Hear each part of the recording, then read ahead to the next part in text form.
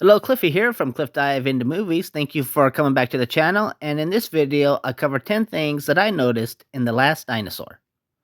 Number one, the lake. According to the diagram, the lake sits directly on top of the lava, which I don't think is possible. I think that would either boil the water or make the lava cool off. I think in all volcanoes that have lakes in them, they're dormant and they no longer have the lava.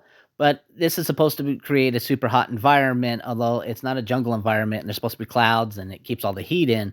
I would think that the water would be pretty hot, but numerous times you see people in the water, and there's nothing mentioned about the water being incredibly hot. Number two, the clouds.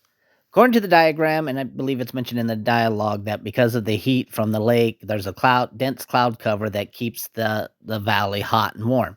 Except that in most shots, not all of them, but in most shots, whenever they show the sky, it's blue. There's not a single cloud in the sky at all. Number three, a soft head. The T Rex, which is the main villain of this story, is terrorizing the people, and they decide that they're going to build a catapult in order to kill it. They launch the catapult's boulder, it hits him square on the head, and the head caves in, which strangely does not cause any damage to the dinosaur. Number four, wounds. Maybe the boulder crushing the T Rex's head doesn't have much of an effect on him. It stuns him, but it doesn't really have an effect because this thing is very resilient. Not only does he get shot at, he gets a spear thrown into him, which he ends up breaking off, but the spear is still stuck in him. He gets gored by a Triceratops, and then later on, when you see him, all the wounds have disappeared, and he never seems to show any damage whatsoever. Number five, the boulder pusher. At one point, the T Rex attacks Hazel and Francesca as they're at the water. Hazel runs into the water. Francesca runs in between the T Rex's legs and then gets chased into a cave. The men come along and decide that the best way to get the T Rex away is to tie a boulder to its tail. And then I guess it was supposed to, I'm not never really sure what it was supposed to do. Anyway, when the boulder moves, you can clearly see the foot of the guy who's behind the boulder pushing the boulder. Number six, something is missing. So at some point they must have cut out a scene or a bunch of scenes because the day after the group gets to the valley, everybody except for the scientist goes hunting for the T Rex. They discover the T Rex. It doesn't go very well. They make their escape. Then you see the T Rex. It's now nighttime. The T Rex is fishing.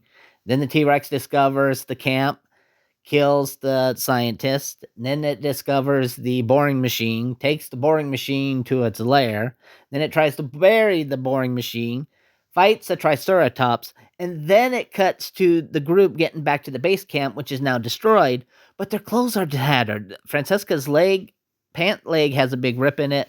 Chuck is dirty. He's got holes in his leg, and it was like they must probably took the same route to get to where they discovered the T-Rex to come back.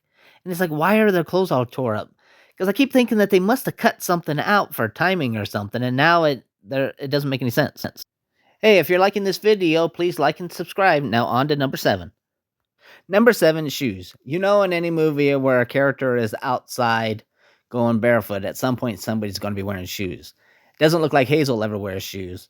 But in the very first scene that we see the tribe of cavemen, some of the cavemen are wearing either white or light pink shoes, which makes a very distinct contrast because of their dark skin, and they're dark and they're dirty, and then it goes very pale or pink from the ankles down. The second time that we see the group of cavemen, they're all barefoot, and you can really notice the difference when they are and when they aren't wearing shoes. Number eight, editing mistakes. Two mistakes that I noticed is when we first see the cavemen, Hazel is standing next to the tree in all of the long shots, but in the close-up shot, she's hugging the tree. The other one that I noticed is when Hazel and Francesca are attacked by the T-Rex at the lake, Hazel immediately jumps into the water, but in the close-up shot of Francesca, Hazel is closer to shore than she was in the previous long shot. Number nine, the cavemen. At one point in the movie, it's pointed out the cavemen are copying the expedition because they're starting to sharpen the edges of their logs to make them pointy. And in fact, the first time you see them, they are just carrying logs. Other thing that I noticed is that the women seem to be wearing more complicated outfits, like actual dresses, while the men's just seem to be like a fur wrap around their waist. Number 10, the Triceratops. It's always cool in a movie to see a Tyrannosaurus Rex fighting a Triceratops. But in this one, it doesn't make any sense at all. Apparently, the Triceratops was inside the mountain, inside the Tyrannosaurus Rex's lair, and it busts out when the Tyrannosaurus Rex is trying to bury the boring machine, and then they fight. I don't know why it's in there. Put it in the comments if you happen to hear why in the story that it's there. It's a cool sequence, but it doesn't make any sense at all. Well, that's the end of another video. And thanks for watching 10 Things I Noticed in The Last Dinosaur. Cliffy signing out.